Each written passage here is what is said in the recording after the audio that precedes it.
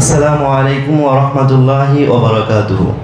এখন থেকে আমরা যার আওয়াজ শোনার জন্য অনেক আকাঙ্ক্ষিত এবং যার ইসলাহি উপদেশমূলক কিছু আলোচনা শোনার জন্য আমরা খুবই আগ্রহী, তাই আমি দেরি না করে বেশি সময় না নিয়ে আমি তাকে একটা শের দ্বারা আহ্বান করব। महफिल में चार चांद लगाने के बावजूद महफिल में चार चांद लगाने के बावजूद अगर आप ना आए तो उजाला ना हो सका। मेरे मुराद शेख मोहम्मद ज़करिया शमसी फलियतफद्दल मशकूरा। ताल या शेख। अस्सलामु अलैकुम व रहमतुल्लाहि व बरकातुहू। हमीदा व मुसल्लियन व मुसल्लिमन अम्मा बाद फ़अऊज़ु बिल्लाहि मिनश शैतानिर रजीम। बिस्मिल्लाहिर रहमानिर रहीम। इन्नमा यख्शल्लाह मिन इबादिहिल उलमा इन्नल्लाह अज़ीज़ुन गफ़ूर। व क़ाल रसूलुल्लाह सल्लल्लाहु अलैहि वसल्लम मन युरिदिल्लाहु बिही खैरन युफ़क़्क़िहु फ़िद्दीन। अल हदीस।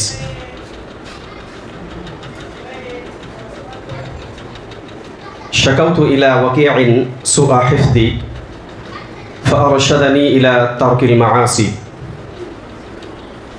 व अख़बरनी बिअन्नल इल्म नूरुन व नूरुल्लाहि ला युहदा लिआसिन।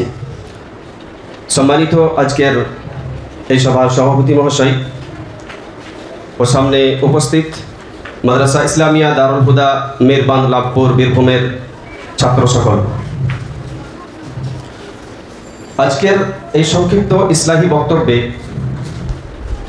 এমন কিছু কথা বলবো ইনশাআল্লাহ যেগুলো আমাদের জীবনের প্রত্যেকটা পদে পদে কাজে লাগবে।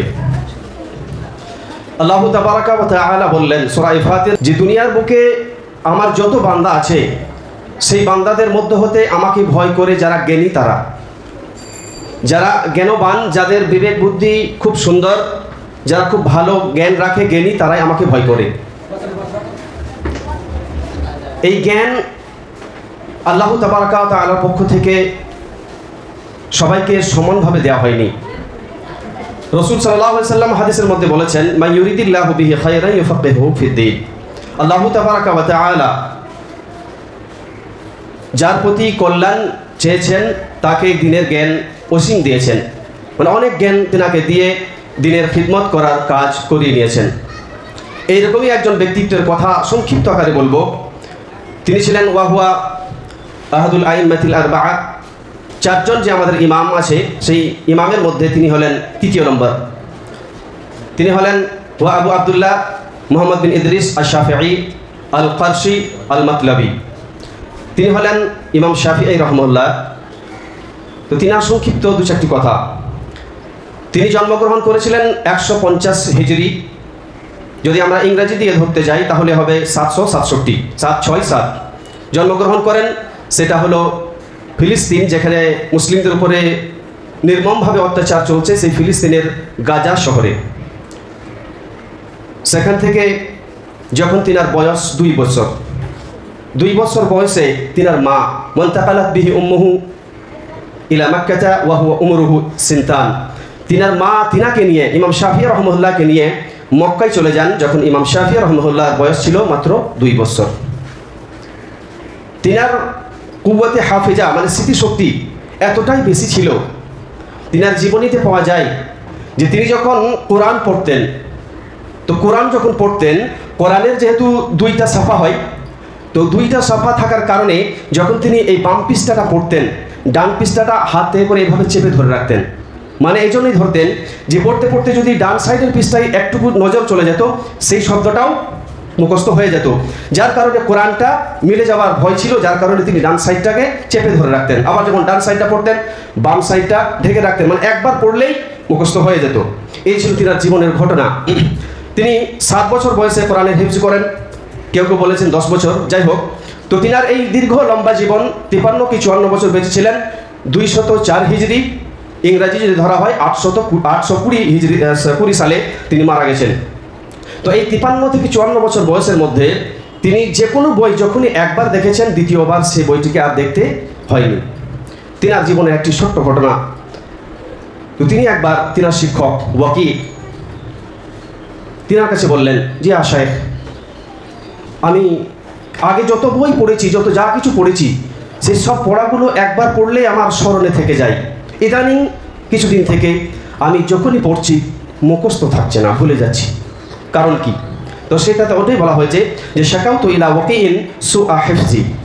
আমি আমার শিক্ষক ওয়াকিকে বললাম, যে শায়েখ, হে সম্মানিত শিক্ষক, আমি আগে হিফজ করেছি, মুখস্থ করেছি, ইয়াদ করেছি, সেগুলো মুখস্থ থেকেছে, এখন কিন্তু আর মুখস্থ থাকছে না, আমি ভুলে যাচ্ছি। কারণ কি? তো শায়েখ বললেন, তুমি তোমার জিন্দগিতে কি এমন কাজ ঘটেছে সেটা তুমি একবার দেখো।